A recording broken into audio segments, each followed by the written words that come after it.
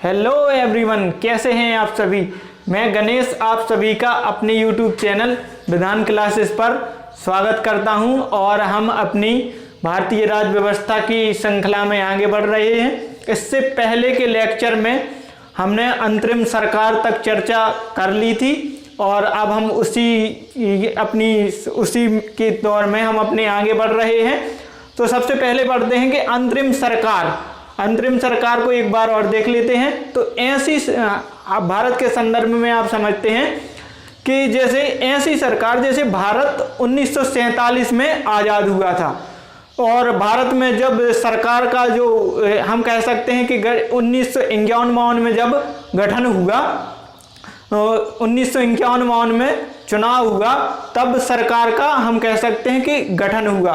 तो ऐसी सरकार जिसने भारत में 1947 से लेकर के 1951 तक भारत का संचालन किया, उसे ही हम अंतरिम सरकार कहते हैं। जैसे यहाँ पर मान लेते हैं कि जैसे यहाँ पर देखना आप कि 1947 में जैसे भारत आज़ाद हुआ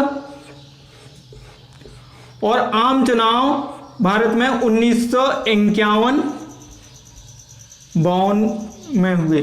तो इस समय के बीच में जो समय या हम कह सकते हैं कि टाइम था, तो इतने समय के लिए जिस सरकार ने भारत का संचालन किया उस सरकार को हम अंतरिम सरकार कहते हैं। इसके आगे हम की अपनी चर्चा जारी रखते हैं।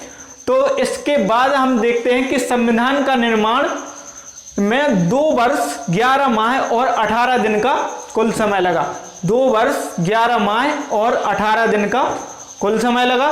इसके प्रारूप पर 114 दिन तक हम कह सकते कि बहस हुई और हमारे संविधान निर्माताओं ने हम कह सकते हैं कि 60 देशों के संविधान का अध्ययन किया और इस संविधान के निर्माण में कुल 64 लाख रुपए खर्च हुए। तो यही आपको देखना है कि मैं यहाँ लिख देता हूँ कि क्या क्या हुआ है, क्योंकि ये भी कभी कभी क्वेश्चन आ जाते हैं। तो संविधान के निर्माण में कुल समय 2 वर्ष 11 माह 18 दिन, इतना कुल समय लगा। इसके प्रारूप पर 114 दिन तक बहस चली और संविधान के निर्माण में हम कह सकते हैं कि संविधान निर्माताओं ने 60 देशों के संविधान का अध्ययन किया। 60 देशों के संविधान का अध्ययन किया और लगभग इसमें कुल 64 लाख रुपए संविधान के निर्माण में खर्च हुए। 64 लाख रुपए संविधान के निर्माण में खर्च हुए। अब इसके बाद हम आगे पढ़ने वाले हैं।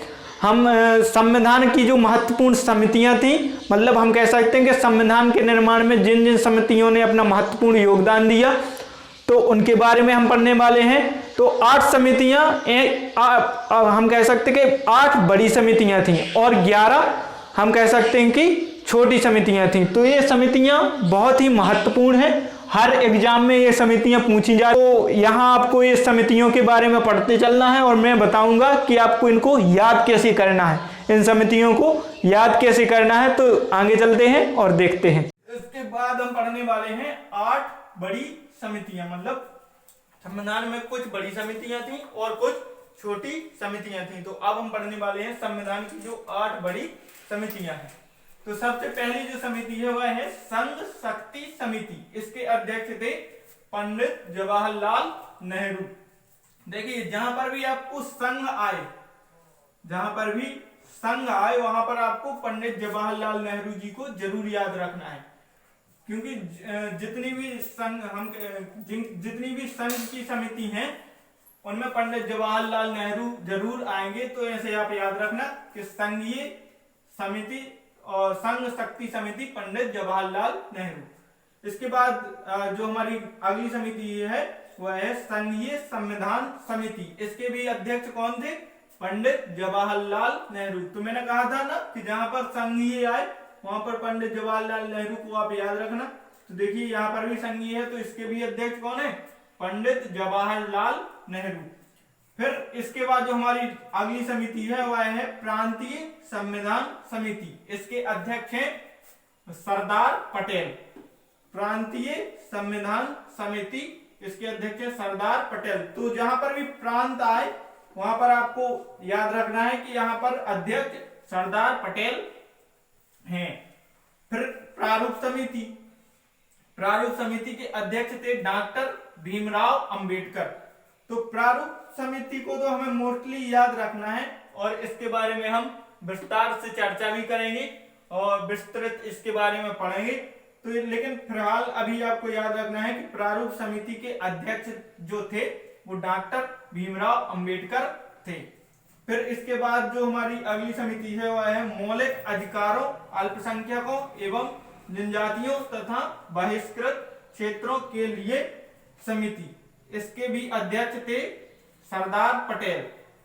फिर हमारी जो अगली समिति है वह है प्रक्रिया नियम समिति। प्रक्रिया नियम समिति, इसके अध्यक्ष थे डॉक्टर राजेंद्र प्रसाद।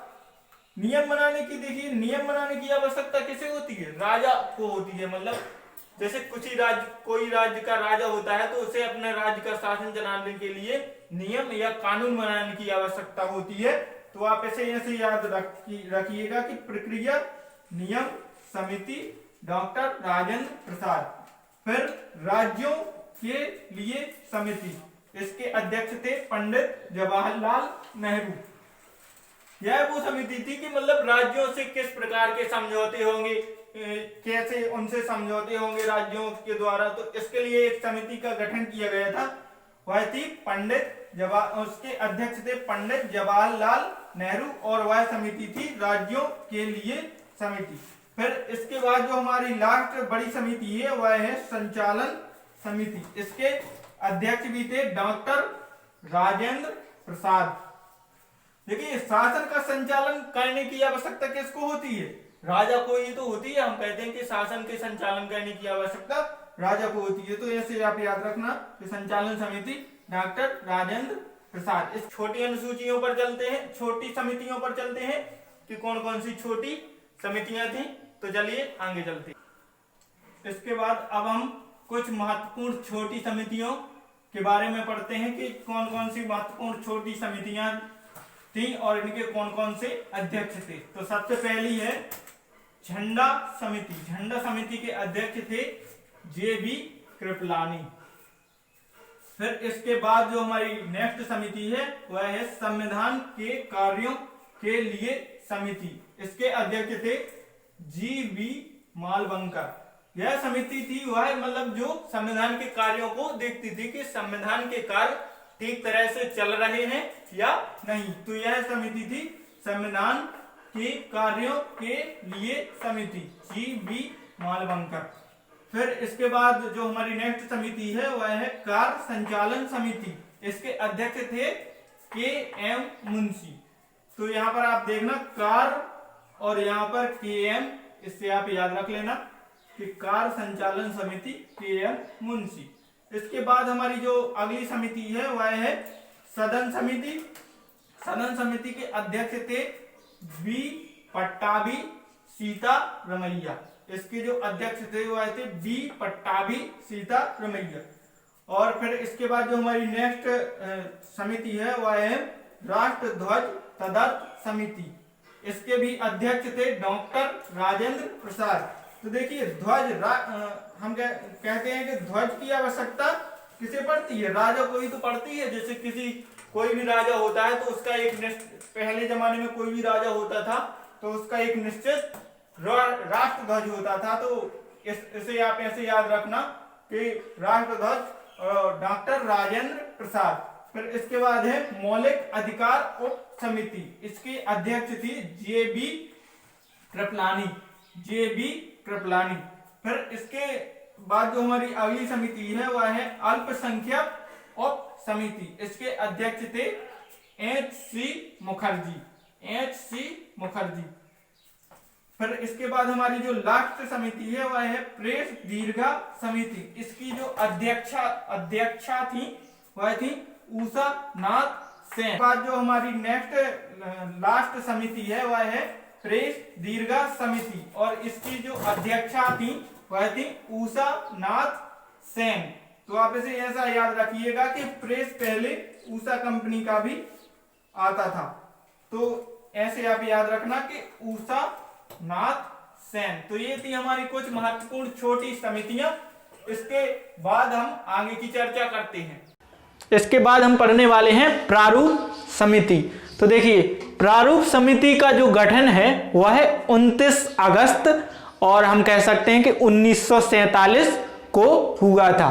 प्रारूप समिति के जो अध्यक्ष हैं वे भीमराव अंबेडकर थे और इसी समिति ने ही संविधान का निर्माण किया था। प्रारूप समिति के कुल हम कह सकते हैं कि 7 सदस्य थे, जिनमें भीमराव अंबेडकर जो अध्यक्ष थे, के.एम. मुंशी और एम. गोपाल स्वामी अयंगर, मोहम्मद सादुल्ला और हम कह सकते हैं कि टी कृष्णमाचारी, एन माधव राव, ये सभी प्रमुख थे। तो ये थी आपकी प्रारूप समिति। तो यहाँ पर मैं लिखता हूँ धीरे धीरे कि प्रारूप समिति के कौन अध्यक्ष थे और कौन कौन से इसके सदस्य थे, कब इसका गठन हुआ था। तो ये देखते हैं और लिखते हैं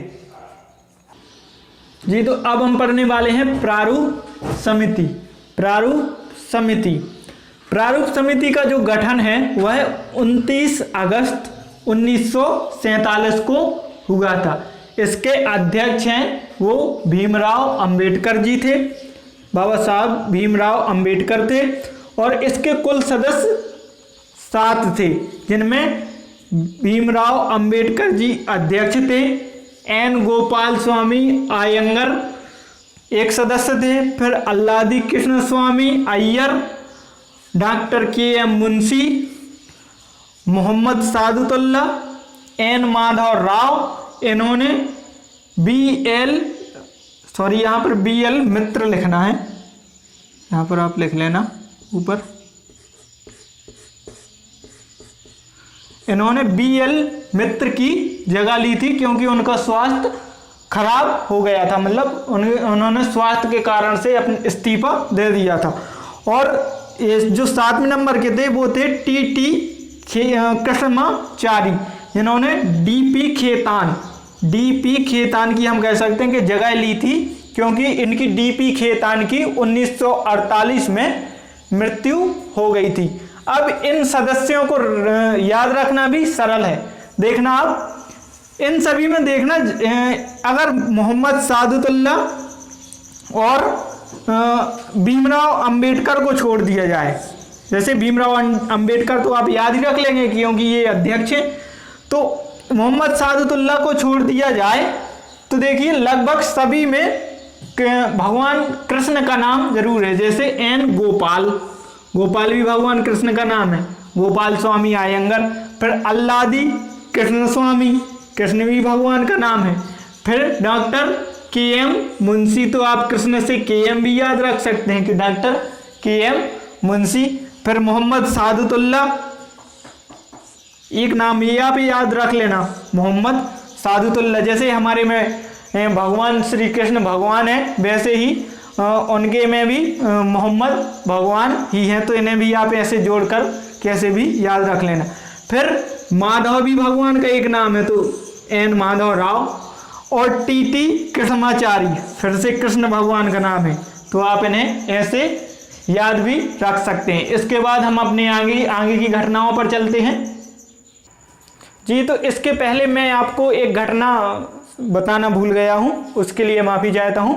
1947 में जब भारत का विभाजन हो गया, तो 1947 के पहले जो संविधान सभा के सदस्यों की संख्या थी वह 389 थी, जिसमें 296 सदस्य ब्रिटिश भारत से थे और 93 सदस्य देसी रियासतों से थे। लेकिन जब 1947 में भारत का विभाजन हुआ तो यह संख्या आकर 299 पर रुक गई, जिसमें से हम कह सकते हैं कि 229 सदस्य ब्रिटिश भारत से थे और 70 सदस्य देसी रियासतों से थे। तो यहाँ पर मैं बोर्ड पर बना रहा हूँ, उसी से आप देख लेना कि कैसा क्या था। तो 1947 भारत विभाजन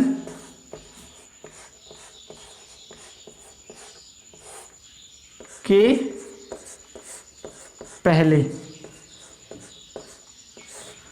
तो संविधान सभा के भारत विभाजन के पहले संविधान सभा के सदस्यों की कुल संख्या 389 थी, जिसमें से हम कह सकते हैं कि 93 देसी रियासतों के सदस्य थे, देसी रियासतों,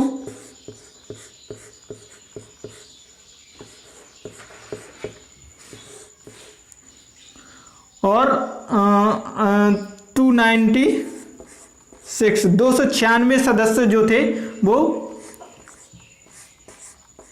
ब्रिटिश भारत के थे, मतलब ब्रिटिश भारत से चुनकर आने थे। फिर 1947 में भारत विभाजन के बाद 1947 में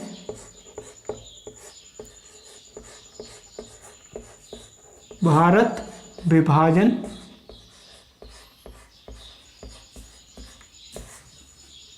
के बाद संविधान सभा के सदस्यों की संख्या 299 रह गई, क्योंकि पाकिस्तान के लिए अलग संविधान सभा का निर्माण हुआ, तो 299 ही रह गई, जिसमें से 229 सदस्य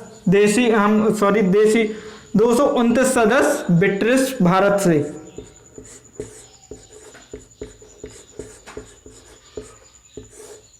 ब्रिटिश भारत से चुनकर आने थे, और 70 सदस्य जो हैं वो देसी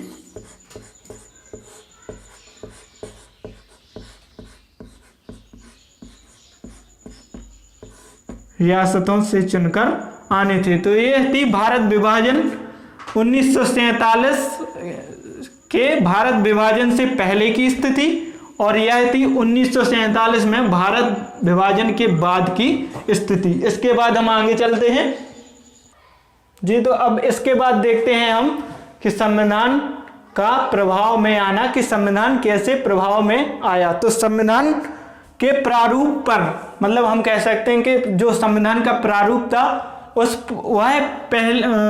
उस पर प्रथम वाचन 4 नवंबर से 9 नवंबर 1948, हम कह सकते हैं कि 5 दिन तक चला। फिर उसके बाद जो द्वितीय वाचन हुआ वह 15 नवंबर 1948 से 17 अक्टूबर 1949 तक चला, और फिर उसके बाद जो तृतीय वाचन हुआ वह 14 नवंबर 1949 से हम कह सकते हैं कि 26 नवंबर 1949 तक चला, और इसी 26 नवंबर 1949 को ही हम कह सकते हैं कि प्रारूप को the constitution as settled by the assembly भी पास्ट प्रस्ताव के साथ पेश कर दिया गया। और हम कह सकते हैं कि 26 नवंबर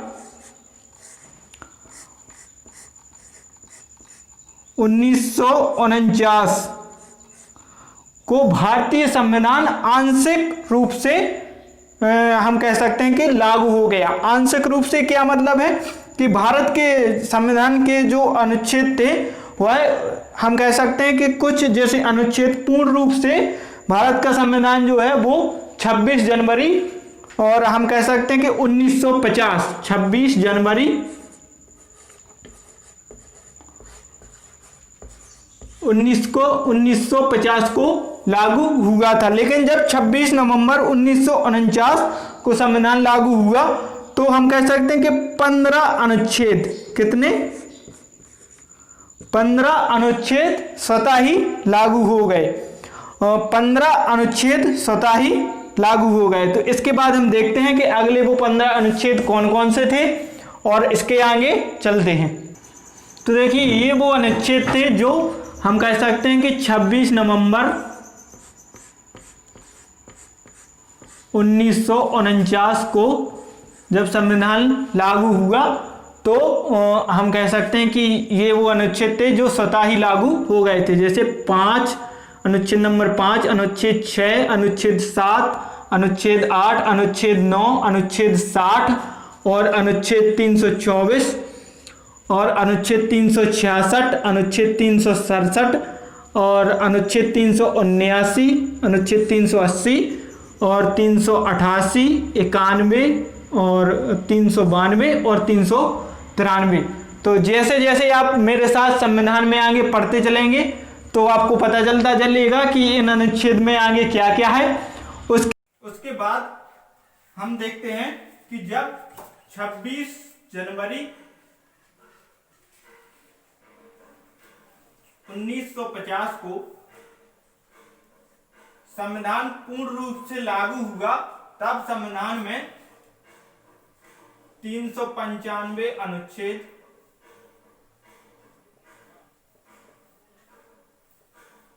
22 भाग और 8 अनुसूचियां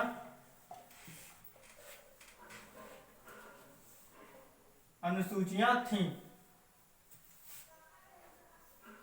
8 अनुसूचियां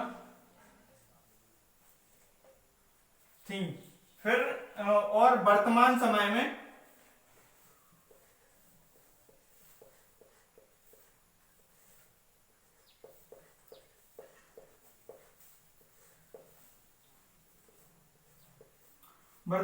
में क्या हुआ है कि इन अनुच्छेदों के बाद कुछ संवैधानिक संशोधन हुए जिससे अनुच्छेदों की भी संख्या बढ़ गई और भागों की भी संख्या बढ़ गई और अनुसूचियों की भी संख्या बढ़ गई। तो हम देखते हैं कि वर्तमान समय में कितने अनुच्छेद, कितने भाग और कितनी अनुसूचियां हैं।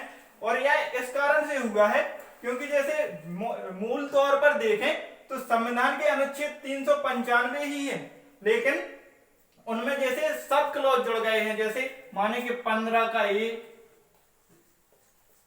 15 का बी, 15 का सी, तो ऐसे ये मूल अनुच्छेद 395 ही है। जैसे मूल अनुच्छेद ये 15 ही है, लेकिन इसमें ये 3 एबीसी सब क्लॉज जुड़ गए हैं। तो जैसे वर्तमान समय में अगर हम पूरे अनुच्छेद मिलाकर के देखें तो वर्तमान समय में 465 अनुच्छेद,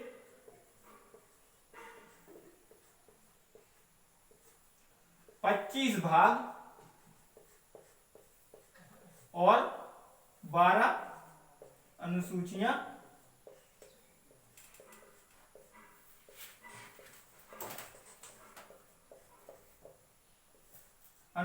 हो गई हैं। और यह हम कहते हैं कि संविधान के संशोधनों द्वारा यह निश्चित हुए हैं। जी, तो अब क्वेश्चन देख लेते हैं कि कैसे आते हैं। तो पहला क्वेश्चन है कि संविधान सभा में उद्देश्य प्रस्ताव किसके द्वारा प्रस्तुत किया गया था।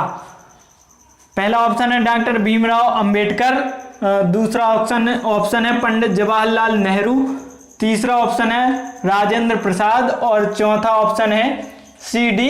देशमुख। यह आया था यूपीपीसीएस 2007 में और यह मैंने आपको कराया हुआ है, लेकिन फिर भी इसका जो आंसर है वह है पंडित जवाहरलाल नेहरू। ये जो क्वेश्चन दिए गए हैं ये सभी मैंने आपको कराए हैं। फिर दूसरा जो क्वेश्चन है, भारतीय संविधान को